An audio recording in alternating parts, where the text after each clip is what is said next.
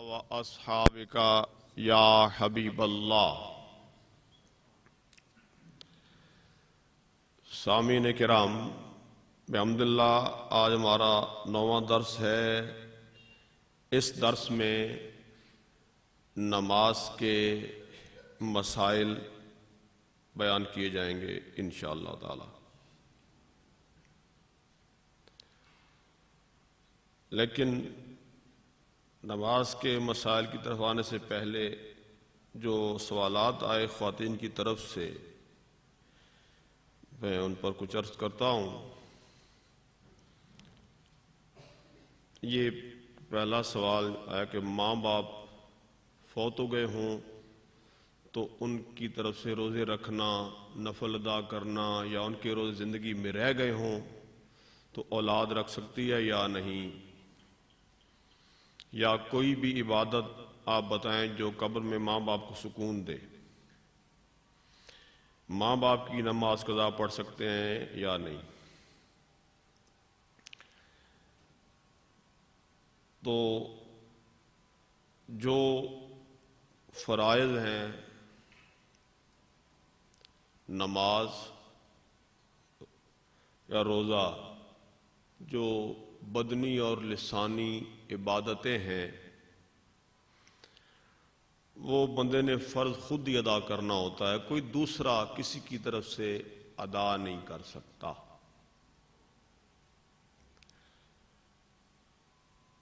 اگر روزے ذمہ تھے اور ماں باپ فوت ہو گئے تو ان کے روزوں کا فدیہ جو ہے وہ دیا جا سکتا ہے۔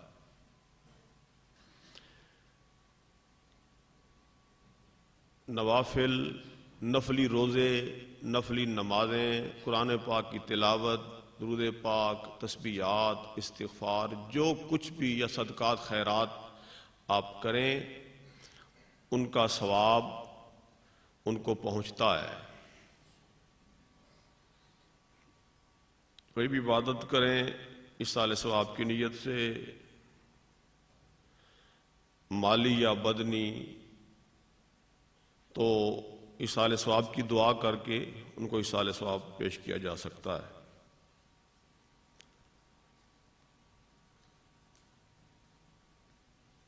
مالی صدقات ان کی طرف سے کرنا زیادہ فضیلت رکھتا ہے۔ ان کی قضا نمازیں آپ نہیں پڑھ سکتے، ان کے لیے بخشش کی دعا کرتے رہیں، یہ قرآن پاک میں حکم ہے۔ وَقُلْ رَبِّ ارْحَمْهُمَا كَمَا رَبَّيَانِي صَغِيرًا، ماں باپ کے لیے رحم کی بخشش کی دعا اللہ تعالیٰ سے کرتے رہیں۔ جو ہر مہینے نفل ادا کرتے ہیں، نیت ایک ہی طرح کی کریں یا جیسے خاص نیت کہ میں نماز شب قدر کی نیت، یا نوافل میں نیت بس نفل کی کریں آپ۔ اور یہاں نیت کا ایک مسئلہ چلا سکتا، نماز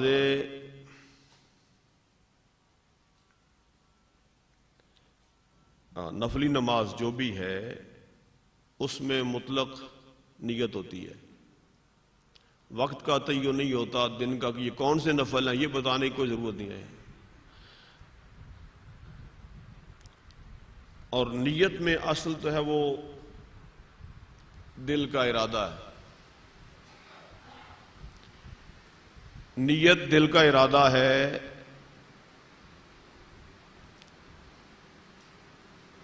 لفظوں میں نیت کوئی ضروری نہیں ہے۔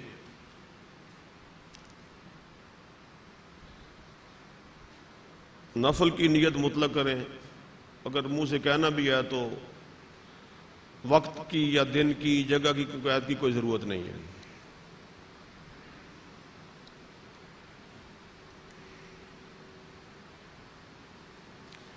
باقی جو الفاظ ہیں کہ منہ کیا قبلہ شریف کی طرف وغیرہ، وہ الفاظ صحیح ہیں، وہ کہہ سکتے ہیں۔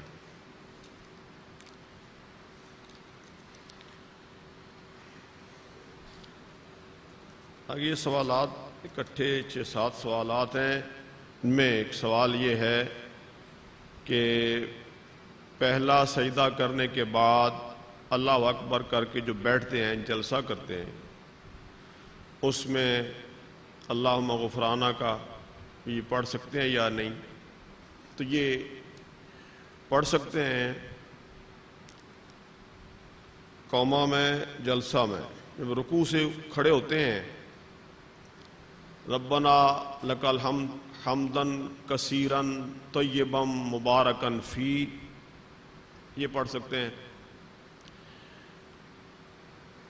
بخاری شریف میں ہے کہ نبی پاک صلی اللہ علیہ وسلم نے نماز پڑھائی، سلام پھیرنے کے بعد فرمایا کہ یہ کلمہ قوما میں کس نے پڑھا ہے؟ حمدن کثیرن طیبا مبارکن فی. بندے نے عرض کی میں نے پڑھا، تو آپ نے فرمایا میں نے دیکھا کہ 30 سے زیادہ فرشتے اس کو لکھنے کے لیے آگے لپکے ہیں، ہر ایک اس خواہش کے ساتھ کہ اس کو میں لوں اور اس کو میں لکھوں. یوں ہی سجدے میں بھی وارد ہے سبحان ربی الاعلیٰ کہنے کے بعد اللہم اغفر لی کہنا، اور جو دو سجدوں کے درمیان بیٹھتے ہیں اس میں پڑھیں غفرانہ کا یا اللہم اغفر لی، تو یہ مستحب ہے، کر سکتے ہیں، لیکن زیادہ لمبی دعا کا پڑھنا جو ہے وہ مکروہ ہے. اس حد تک جو ہے وہ صحیح ہے.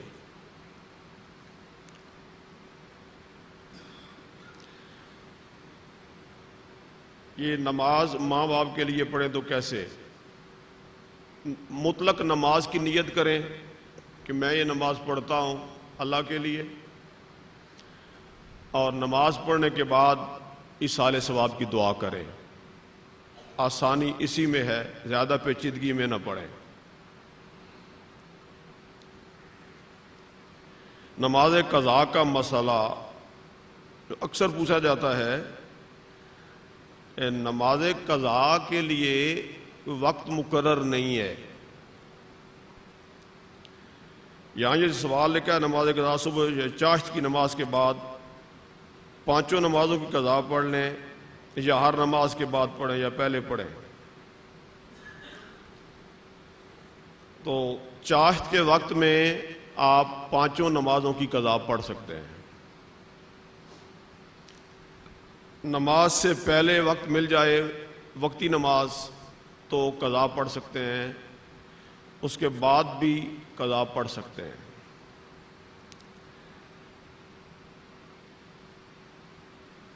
لیکن یہ دیکھیں کہ یہ لوگوں کو نہ بتایا کریں کہ میں قضاء نمازیں پڑھ رہا ہوں. پڑھیں لوگ سمجھیں کہ یہ نفل پڑھ رہا ہے. نفلوں جہاں ان اوقات میں جن میں نفل پڑھنا صحیح ہے، مکروہ نہیں ہے، ان میں آپ قضاء نماز لوگوں کے سامنے پڑھتے رہیں. جن اوقات میں مثلا نماز عصر پڑھنے کے بعد نماز قضاء پڑھ سکتے ہیں، لیکن عصر آپ نے لوگوں کے سامنے پڑھی، اس کے بعد آپ پڑھنے لگے، نوافل کا وقت نہیں ہے، تو لوگ یہی سمجھیں گے کہ یہ قضاء نماز پڑھ رہا ہے. تو اللہ تعالیٰ نے جو پردہ ڈالا ہوا ہے اس کے عطا کردہ پردے کو اپنے سے اتارے نہیں، پردے کو پردہ رہنے دیں.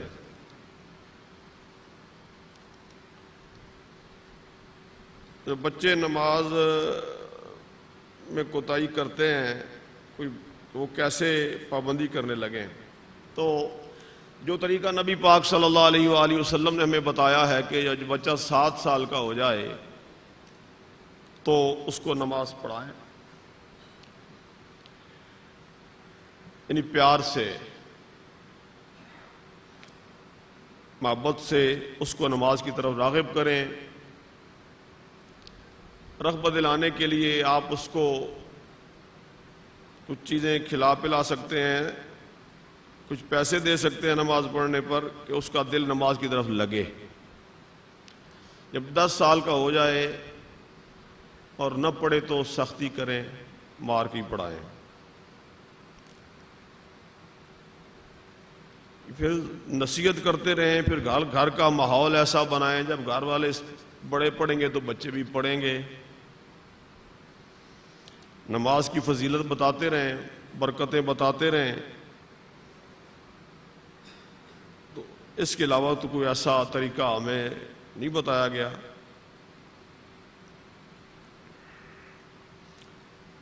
یہ فرض نماز کے بعد سر پر ہاتھ رکھ کر آیت الکرسی پڑھتی ہیں عورتیں یا قویوں پڑھتی ہیں، ٹھیک ہے یا نہیں؟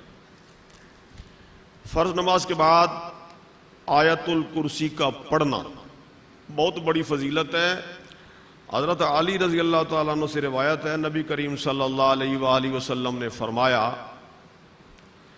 کہ جو فرض نماز کے بعد آیت الکرسی پڑھتا ہے تو وہ مرتے ہی جنت میں چلا جاتا ہے.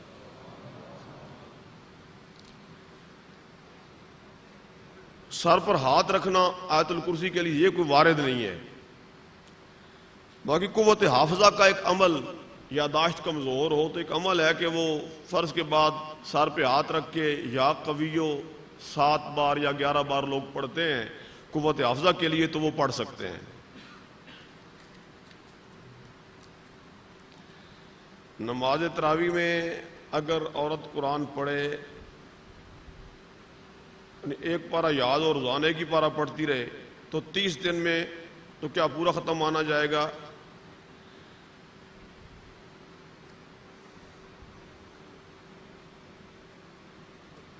پورا ختم جو ہے نا کہ وہ تو ثواب اللہ تعالیٰ دینے والا ہے، اور وہ اجر و ثواب بندے کے ذوق و شوق اور نیت کے مطابق دیتا ہے. یہ تو میں بالکل نہیں کہوں گا کہ ختم کا پورا ثواب نہیں ملے گا، یہ تو میں ہرگز نہیں کہہ سکتا. لیکن ختم تو جو ہے وہ 30 پارے پورے پڑھے تو ہوتا ہے. جہاں تک بات ہے ثواب کی، آپ ہر رکعت میں 3 بار قل ہو اللہ احد پڑھتی رہیں، پھر بھی ہر رکعت میں پورے ختم پاک کا ثواب ملے گا.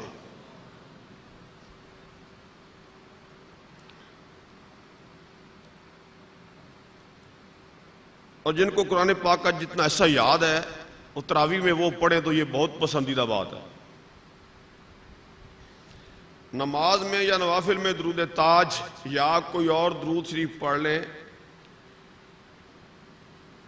جیسا صورتیں وغیرہ پڑھتے ہیں یا نہیں. نماز میں نے بتایا تھا کل بھی کہ کوئی بھی صورت پڑھ سکتے ہیں آپ کہیں سے بھی. اور درود پاک جو ہے جو آخری قعدے میں پڑھا جاتا ہے وہ وہی درود پاک نماز کے اندر پڑھیں جو حدیث شریف میں وارد ہے. جو آپ پڑھتے ہیں نمازوں میں وہ درود شریف، اگر آپ اس کی جگہ کوئی بھی درود پاک کا صیغہ پڑھتے ہیں تو نماز آپ کی ٹھیک ہو جائے گی. لیکن ترجیح بہرحال اس درود پاک کو ہے جو حدیث پاک میں آیا ہے.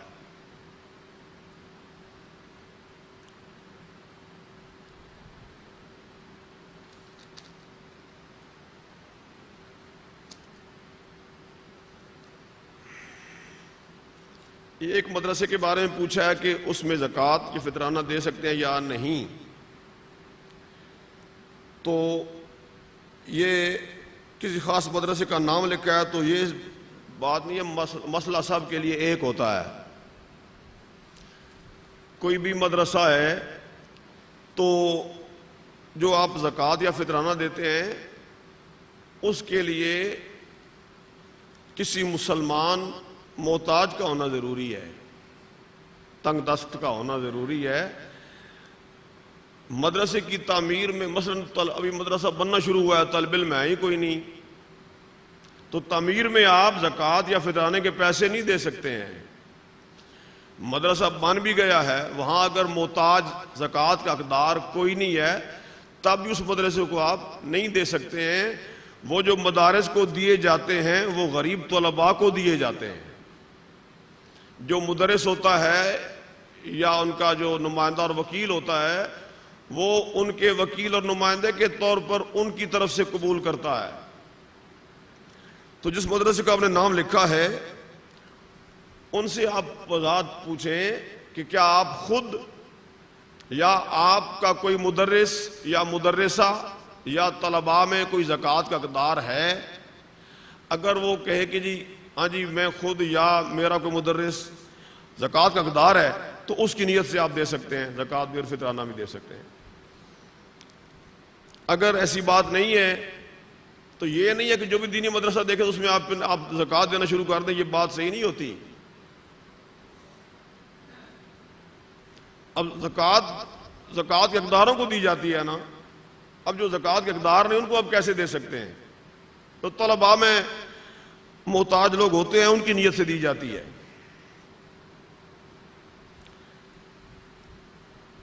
تو مردوں کا عورتوں کے ساتھ مصافحہ کرنا یہ جائز نہیں ہے،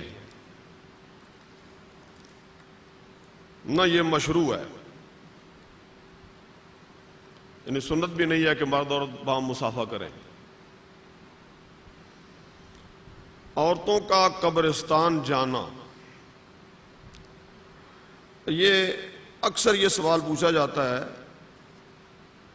اس میں علماء کی آراء بھی مختلف ہیں، لیکن میں ایک جو اعتدال کی راہ ہے اس پر قائم رہتے ہوئے عرض کرتا ہوں کہ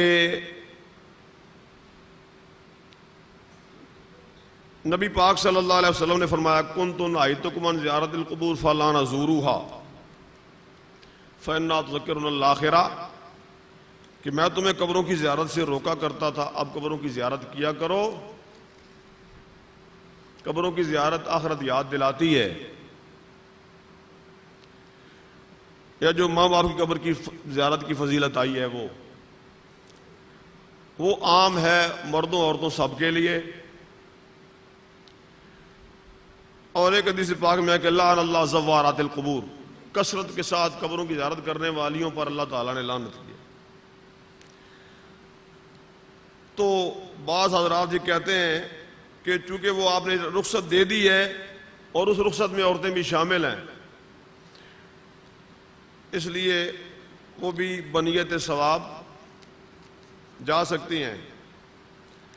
بعض حضرات اس حدیث پاک کو لیتے ہیں کہ لعن اللہ زوارات القبور، قبروں کی زیارت کثرت سے کرنے والیوں پر لعنت کی گئی ہے، تو اس وجہ سے وہ روکتے ہیں۔ اب اعتدال کی راہ یہ ہے کہ نوجوان عورتیں اجتناب کریں، بڑی عمر کی عورتیں جائیں لیکن ثواب کی نیت سے جائیں، غم تازہ کرنے کی نیت سے کوئی بھی نہ جائے۔ جیسا کہ یہاں ہمارے یہاں رواج ہے کہ مرگ کے تیسرے دن کہ بندہ فوت ہوتا ہے تو تیسرے دن عورتیں جاتی ہیں اجتماعی صورت میں اور قبرستان میں جا کے روتی ہیں، گریہ کرتی ہیں، یہ صحیح نہیں ہے۔ ثواب کی نیت سے اور عبرت حاصل کرنے کے لیے قبر کی زیارت کریں، لیکن اپنے دور کے مفاسد کو ضرور پیش نظر رکھیں۔ ثواب ایصال ثواب آپ گھر میں بیٹھ کے کریں تو بھی ان کو ہو جاتا ہے۔ تو نہ تو ایسی پابندی ہے کہ کسی صورت میں جا نہیں سکتی ہے، نہ کھلی چھٹی ہے کہ جب جیسے چاہیں جاتی رہیں۔ اعتدال کی راہ اختیار کریں، حصول ثواب کی نیت سے جائیں، لیکن نوجوان عورتوں کا جانا وہ ناپسندیدہ ہے۔ ایام ممنوعہ میں 5 سورہ جس میں اور دعائیں بھی ہوتی ہیں، پکڑ کر درود پاک وغیرہ پڑھ سکتی ہیں یا نہیں، اس میں مکمل صورتیں لکھی ہوتی ہیں، اس لیے اس کو ہاتھ میں نہ لیں۔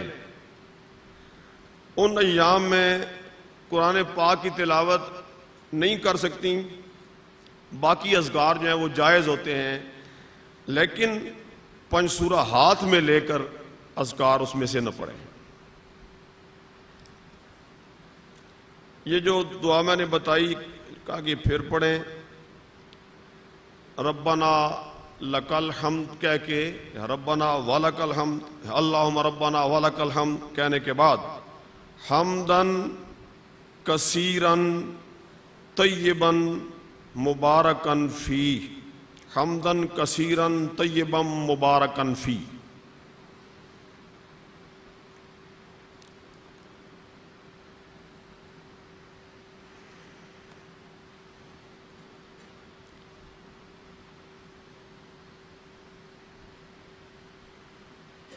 نماز کی شرائط کی طرف آتے ہیں۔ نماز کی شرطیں یعنی وہ کام جن کو پورا کرنے سے پہلے نماز شروع ہی نہیں ہو سکتی۔ جیسے وضو ہے، وضو نہ ہو تو نماز شروع نہیں ہوتی۔ تو ایسے امور جن پر نماز کا ہونا موقوف ہے وہ اس کی شرائط کہلاتی ہیں۔ تو شرائط میں سب سے پہلے طہارت ہے، یعنی باوضو ہونا۔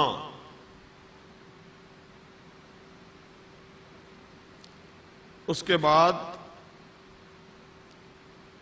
پورے جسم کا اور لباس کا اور جہاں نماز پڑھتے ہیں اس جگہ کا پاک ہونا ضروری ہے۔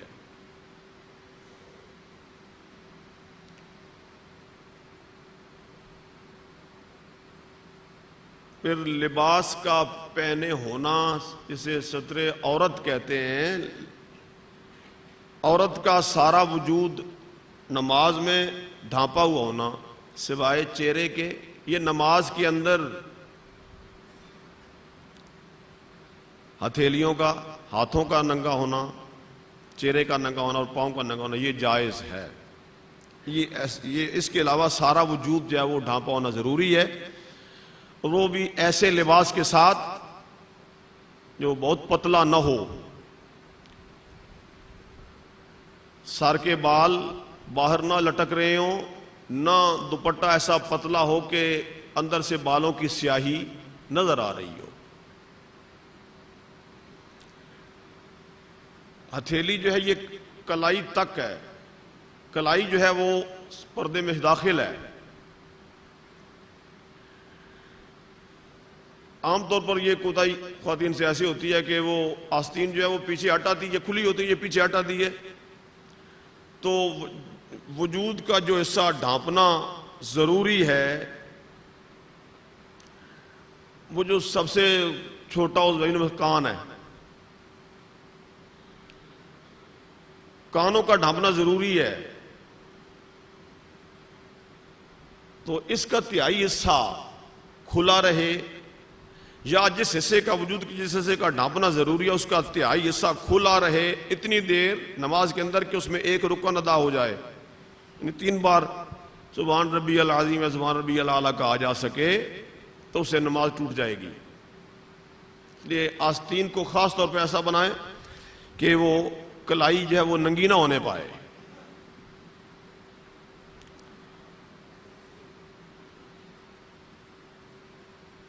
اور نماز کا وقت کے اندر ہونا، کوئی بھی نماز وقت سے پہلے جائز نہیں ہے۔ اس لیے خواتین یہ دھیان رکھا کریں کہ اہل سنت کی ایک اذان کم از کم سن لیں، اس کے بعد نماز پڑھا کریں۔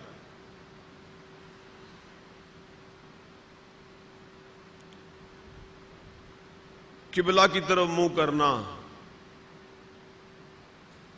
اور نماز کی نیت، یعنی یہ بنیادی طور پر 6 شرطیں ہیں۔ طہارت کا ہونا یعنی باوضو ہونا، جسم کا پاک ہونا، لباس کا پاک ہونا، جگہ کا پاک ہونا، اس کے بعد لباس کا پہنے ہونا، وقت کے اندر نماز کا ادا کرنا، قبلے کی طرف منہ کرنا اور نیت کا ہونا۔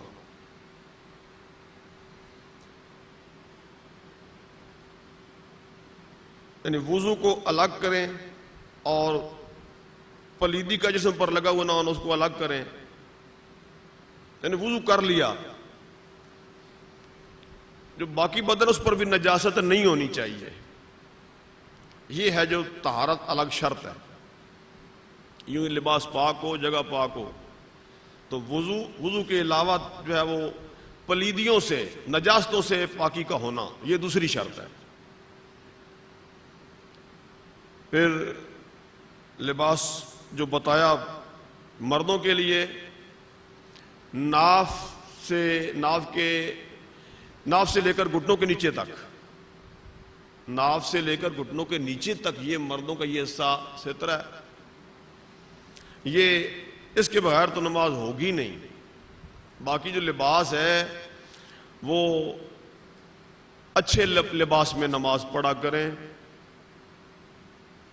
خذوا زینتکم عند کل مسجد، یہ اللہ تعالیٰ کا حکم ہے کہ نماز کی ادائیگی کے لیے خوب زینت کے ساتھ مسجد میں آؤ، کہ اچھا لباس پہنو، وہ لباس جو پہن کر آپ بازار میں جا سکیں، جو لباس پہن کر آپ اپنے دفتر میں جا سکیں، جو لباس پہن کر آپ کسی اور دفتر میں جا سکیں، کسی برے بھلے سے مل سکیں، اس لباس میں نماز پڑھیں. آپ جس لباس میں لوگوں کے سامنے جاتے ہوئے شرماتے ہیں، اس لباس میں نماز پڑھیں گے تو اللہ تعالیٰ کی بے ادبی ہوگی. اس میں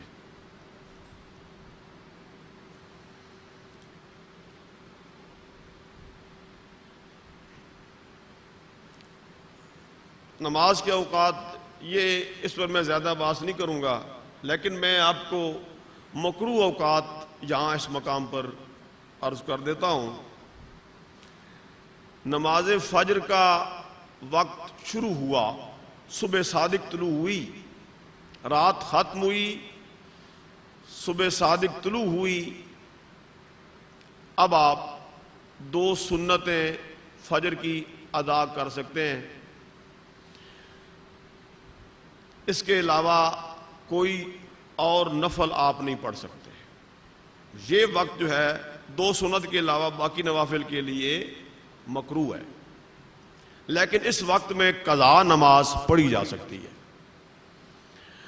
آپ نے نماز فجر کے فرض پڑھ لیے، طلوع تک کوئی بھی نوافل آپ نہیں پڑھ سکتے، لیکن قضا نماز اس وقت میں بھی پڑھ سکتے ہیں. سورج طلوع ہو رہا ہے تو کوئی بھی نماز نہ پڑھے اس میں. حدیث پاک میں ہے کہ جب سورج طلوع ہوتا ہے تو شیطان اپنے سینگ اس کے نیچے کر دیتا ہے، تو سورج کے پجاری سورج کو سجدہ کرتے ہیں. شیطان خوش ہوتا ہے کہ میری غلامی کر رہے ہیں. تو اس لیے جب سورج طلوع کر رہا ہے، جب سورج ڈوب رہا ہے، جب سر پہ کھڑا ہے، ان 3 اوقات میں کوئی نماز نہ پڑھے. ان 3 اوقات میں جنازہ بھی نہ پڑھیں.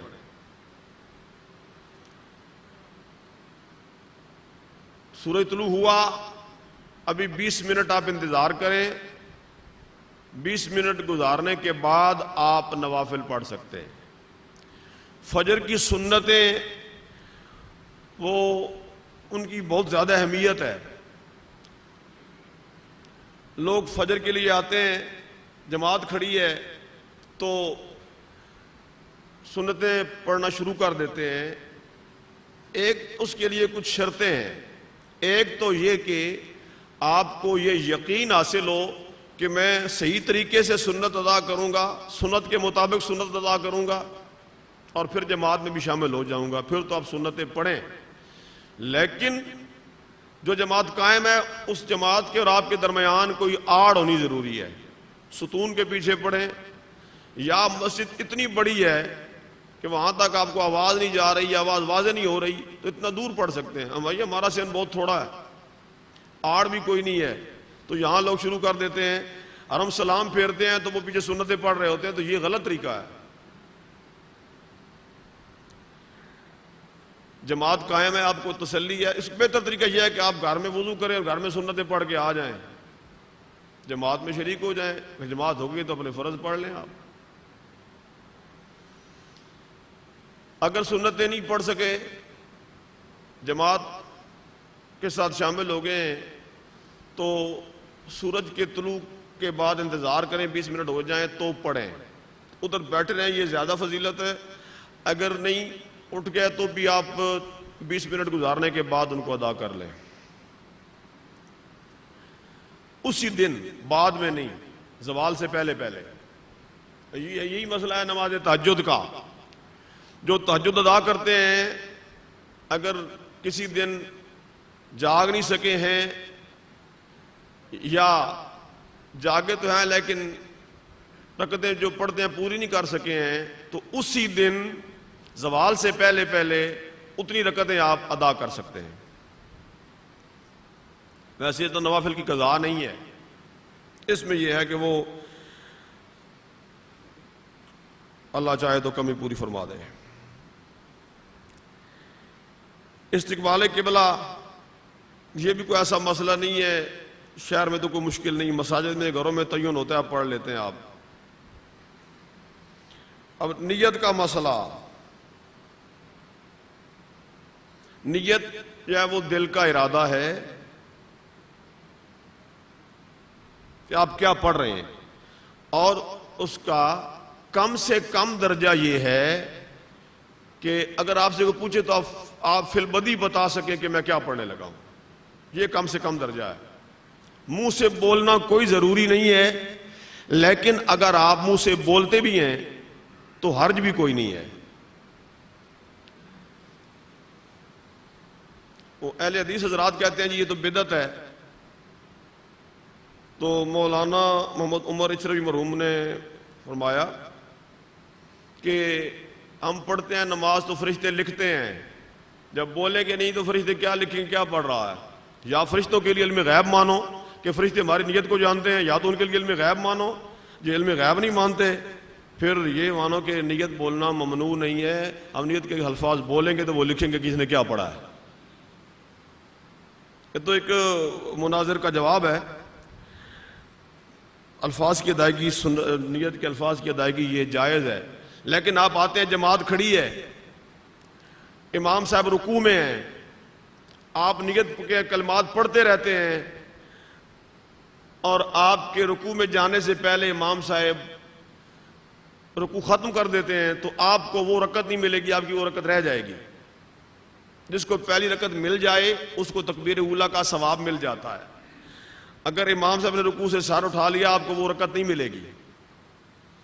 اس لیے ایسی حالت میں آپ جماعت میں شامل ہو جائیں، نیت آپ کی دل میں ہے، اور اس کے ساتھ یہ بھی آپ سمجھ لیں کہ آپ نماز ظہر پڑھنے لگے ہیں، گھر سے آپ اٹھے نماز ظہر کی ادائیگی کے لیے تیاری کی ہے، آئے ہیں، جب نیت شروع کرنے لگے تو منہ سے آپ کے نماز عصر نکل گیا تو کوئی حرج نہیں، اس سے کوئی حرج نہیں ہے، کیونکہ آپ کے دل میں تو یہی ہے کہ میں زور پڑھنے آیا ہوں، وہ منہ سے کلمہ ایسا نکل گیا، وہ نماز صحیح ہوتی ہے۔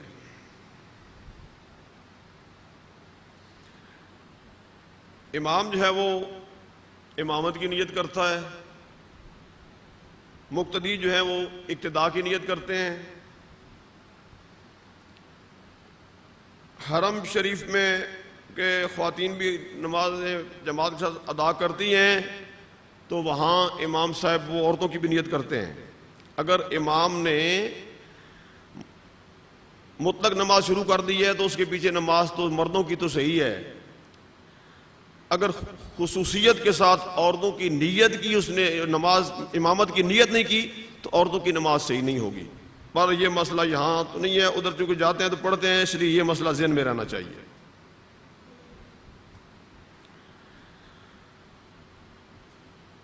اس کے بعد نماز کے فرائض کی طرف آتے ہیں، کیونکہ مسائل تو بہت زیادہ ہیں، میں وہ سارے تو آپ کو بتا نہیں سکوں گا۔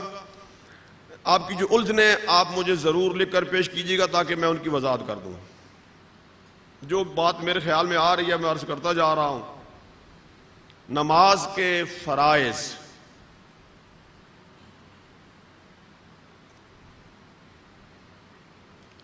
یعنی نماز کے اندر وہ امور جن کے بغیر نماز ہوتی نہیں ہے، کوئی ایک بھی فرض رہ جائے تو کسی طرح بھی اس کی کمی پوری نہیں ہوتی، سجدہ صاف سے اس کی کمی پوری نہیں ہوتی۔ وہ فرائض نماز کے اندر وہ 6 ہیں. تکبیر تحریمہ اللہ اکبر کہہ کے جو آپ نماز کا آغاز کرتے ہیں، اس کے بعد قیام کھڑے ہو کر نماز پڑھنا. جو بیمار ہے جس قدر کھڑا ہو سکے کھڑا ہو، تھوڑی دیر کھڑا ہو سکتا ہے تھوڑی دیر کھڑا ہو جائے، اگر بالکل کھڑا نہیں ہو سکتا تو پھر وہ بیٹھ کے پڑھ سکتا ہے.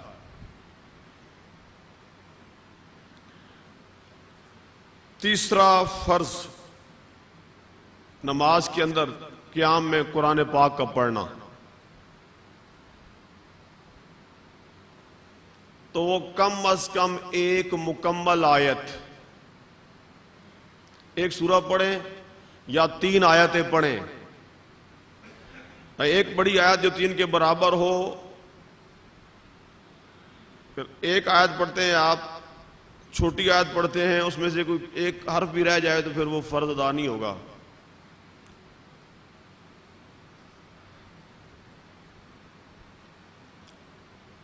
تو قرات فرض ہے نماز کے اندر.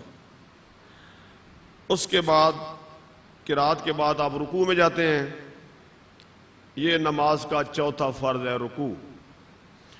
رکوع کا کم سے کم درجہ کہ آپ اتنے جھکیں کہ آپ کے ہاتھ آپ کے گھٹنوں کو مس کر سکیں، گھٹنوں کو چھو سکیں، اتنا جھکیں تو رکوع آپ کا شمار ہوگا.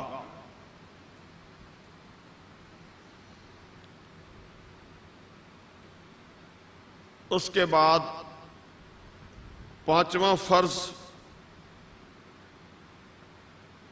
2 سجدے، یعنی دونوں ہی سجدے فرض ہیں. ایک سجدہ کرے ایک رہ جائے تو نماز نہیں ہوگی.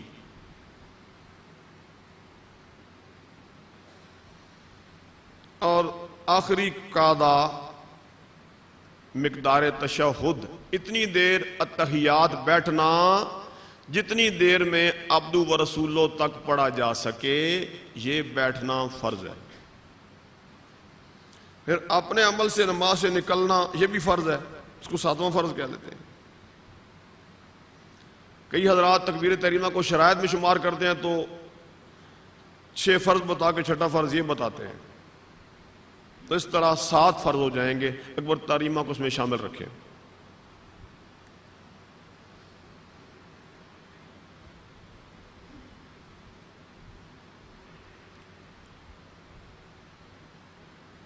جو نماز کی غلطیاں سیدہ صاحب اس کو میں پھر بیان کروں گا تو ان کی ادائیگی کی کیفیت پوری اس میں واضح ہو جائے گی. نماز کے واجبات، کہ واجبات وہ امور، وہ اعمال جن کا اب نماز میں ادا کرنا واجب ہے، ان میں سے اگر کوئی رہ جائے، بھولے سے رہ جائے، جان بوجھ کر نہیں، خطان کوئی اس میں سے رہ جائے تو سجدہ صاف سے نماز صحیح ہو جاتی ہے. تو وہ واجبات یہاں قدوری میں 12 بیان کیے. الحمد شریف کا پڑھنا ایک واجب، الحمد کا بہرحال سورت سے پہلے پڑھنا دوسرا واجب، الحمد کا صرف ایک بار پڑھنا یہ تیسرا واجب. پھر الحمد شریف پڑھ لی تو الحمد قرآن پاک ہے، اس کے ضمن میں فرض بھی ادا ہو گیا اور واجب بھی ادا ہو گیا. ساتھ سورت کا ملانا، ضم سورت کے درمیان میں کچھ اور نہیں ہے، الحمد کے بعد معن سورت کا پڑھنا یہ واجب ہوتا ہے.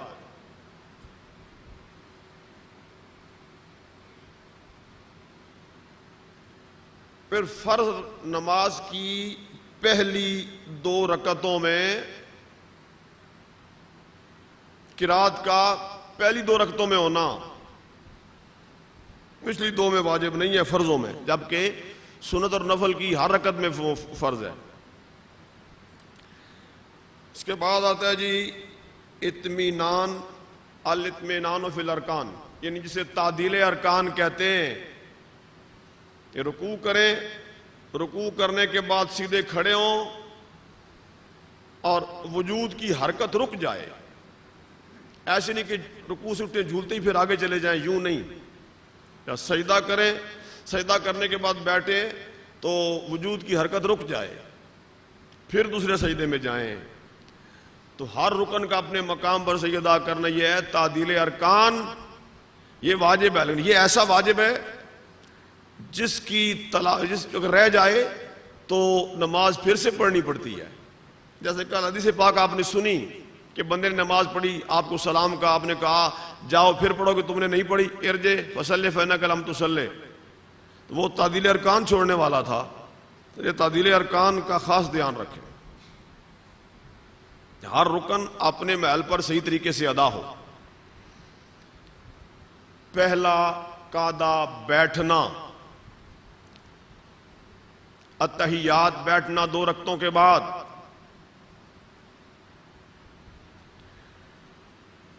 آگے واجب ہے التحیات کی عبارت کا پڑھنا عبدہ و رسولہ تک، یعنی بیٹھنا ایک واجب، اس کے اندر تشہد کا پڑھنا یہ دوسرا واجب۔ اگر اس سے آگے پڑھیں گے، مطلب عبدہ و رسولہ تک پڑھنے کے بعد درود شریف شروع ہو جاتا ہے، اللہم صلی علی تک پڑھا، یاد آ گیا تو اگلی رکعت کی طرف اٹھ جائیں تو سجدہ سہو نہیں ہوگا۔ اگر اس میں گرامی ذکر کر لیا ہے تو درود مکمل ہو گیا، اب اس پر آپ کو سجدہ سہو کرنا پڑے گا۔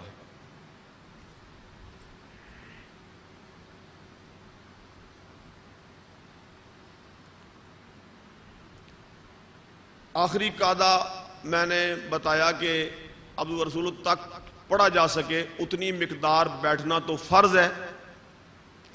آخری قاعدے میں تشہد کا پڑھنا عبدہ و رسولہ تک، اتحیات کا پڑھنا یہ واجب ہے۔ اور نماز میں سے اپنے عمل سے باہر آنا یہ فرض ہے، اس فرض کی ادائیگی لفظ السلام سے ہو۔ السلام بول کر نماز سے باہر آنا یہ واجب ہے۔ وتر میں قنوت کا پڑھنا واجب ہے، اور قنوت پڑھنے کے لیے جو تک آپ کہتے ہیں سورت پڑھنے کے بعد اللہ اکبر اور ہاتھ اٹھاتے ہیں اور پھر باندھتے ہیں، یہ تکبیر بھی واجب ہوتی ہے۔ ویسے جو باقی تکبیریں ہیں تکبیر اولیٰ کے بعد کی، جو نماز کی پہلی تکبیر ہے وہ تو فرض بتایا میں نے۔ آگے جو باقی تکبیریں ہیں، اللہ اکبر کہہ کے رکوع میں جاتے ہیں، یا سمع اللہ لمن حمدہ کہہ کے اٹھتے ہیں، ربنا لک الحمد پڑھتے ہیں، پھر تکبیر کہہ کے سجدے میں جاتے ہیں، یہ والی تکبیریں جو ہیں یہ سنت ہیں، لیکن تکبیر تحریمہ وہ فرض ہے، اور قنوت پڑھنے کے لیے جو تکبیر بولتے ہیں وہ تکبیر واجب ہوتی ہے۔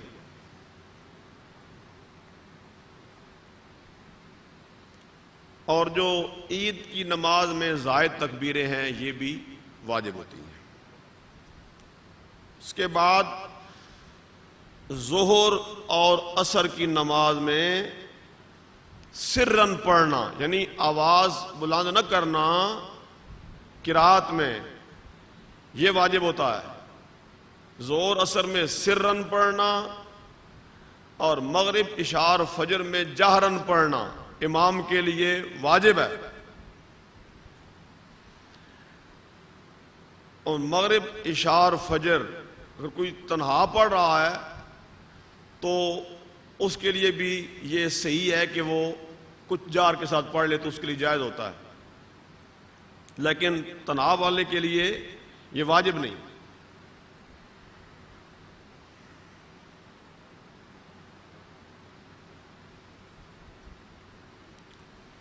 تو یہ واجبات میں نے بتائے آپ کو، ان میں سے کوئی رہ جائے یا فرض کی ادائیگی میں تاخیر ہو جائے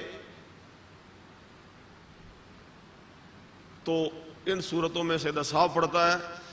وہ صورتیں کہ کیا کیا بنتی ہیں وہ میں خاص طور پر بیان کروں گا،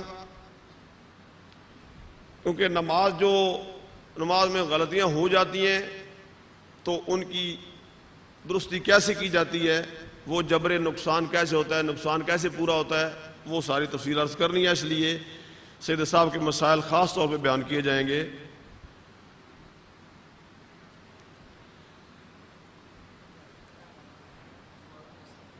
اچھا چلے ابھی نماز کے مسائل جو ہیں وہ باقی ہیں، سوالات بھی آئے ہوئے ہیں، تو اب اس کے بعد نماز کی سنتیں، نماز کے مستحبات، نماز کے اندر مکروہات اور مفسدات، وہ چیزیں جن سے نماز ٹوٹ جاتی ہے ان کو بھی بیان کرنا ہے، تو یہ چیزیں ضرور بیان کی جائیں گی انشاءاللہ۔ ایک کل جو بات تھی اس میں ایک سوال پیش کیا گیا، اس کا جواب یہاں دینا ضروری ہے کہ یہ بتایا کہ جب قرآن پڑھا جائے تو چپ رہو اور دھیان سے سنو، کہ نمازیں ظہر اور عصر میں ہمیں تو سنائی نہیں دے رہا، تو اس میں پھر ہم کیوں خاموش، اس میں ہم کیوں نہ پڑھیں؟ اس میں ایک تو حدیث پاک عرض کر چکا، کل میں نے ادھر لکھی بھی تھی کہ من کانا لہو امام فقراۃ الامام لہو قراۃ، جس کا کوئی امام ہو تو امام کا پڑھنا مقتدی کا پڑھنا ہے۔ اب امام تو زور اور اثر میں پڑھتا ہے تو اس کا پڑھنا آپ کا پڑھنا شمار ہو رہا۔ یا ایک حکایت وہ عرفاء کی ہے، وہ مجدد صاحب نے اس کو بیان کیا کہ یہ میرے دل میں خیال آتا تھا کہ ظہر اور عصر میں تو پڑھ لینا چاہیے۔ خواب میں مجھے نبی کریم صلی اللہ علیہ وسلم کی زیارت ہوئی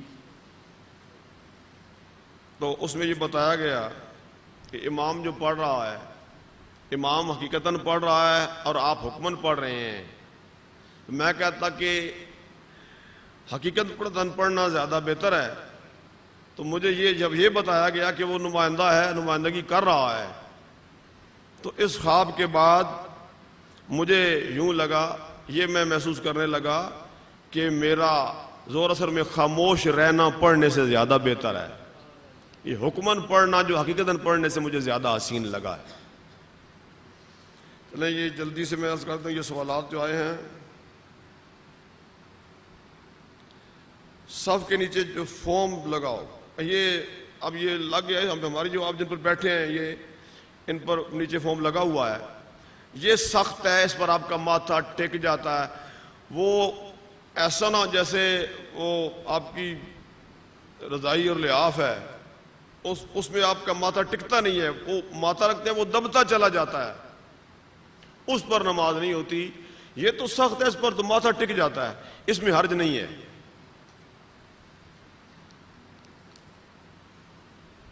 یعنی گدے پر نماز پڑھیں گے تو وہ ماتھا دھنستا چلا جائے گا، اس پر نماز صحیح نہیں۔ لیکن یہ جو صفوں کے نیچے لگایا گیا یہ سخت ہے، اس پر ماتھا ٹک جاتا ہے۔ نماز میں واجب کو قصداً چھوڑنا اور واجب بھولے سے چھوٹ جانے سے کیا مراد ہے؟ دیکھیں، آپ زور میں جان بوجھ کے بلند آواز سے پڑھنا شروع کر دیں تو یہ آپ نے جو خاموشی کا واجب تھا پست آواز میں پڑھنا، اس کو آپ نے جان بوجھ کے چھوڑا ہے تو آپ کی نماز نہیں ہوگی۔ لیکن آپ نے نماز شروع کی اور بے ساخت آپ کی زبان سے زور کی نماز میں بلند آواز سے کلمات جاری ہو گئے، یاد آتے یا خاموش ہو گئے، تو یہ بھول کے پڑھنا ہے۔ تو اس کے لیے آپ کو اگر ایک اقدار ایک آیت کے برابر آپ نے پڑھ لیا ہے تو آپ کو پھر سجدہ صاحب کرنا پڑے گا.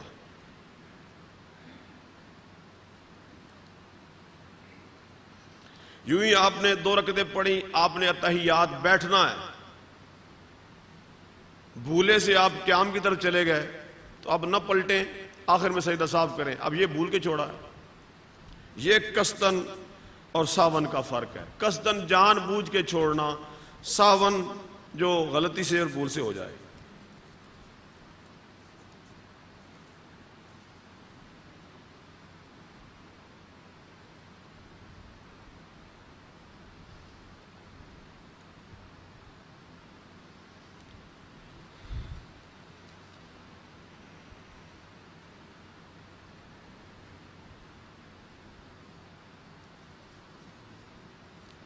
سجدہ کرنے میں یہ احتیاط کریں کہ آپ کی 5 انگلیوں کا پیٹ سجدے میں زمین کے ساتھ لگے. سے 3 کا لگانا واجب، 1 کا لگانا فرض ہے. سجدے میں پاؤں اٹھے رہے تو سجدہ نہیں ہوگا. 1 کا سجدے کی حالت میں زمین کے ساتھ لگا رہنا وہ فرض ہے. 3 انگلیوں کا پیٹ لگانا واجب ہے اور 5 کا لگانا یہ سنت ہے اور یہ صحیح طریقہ ہے.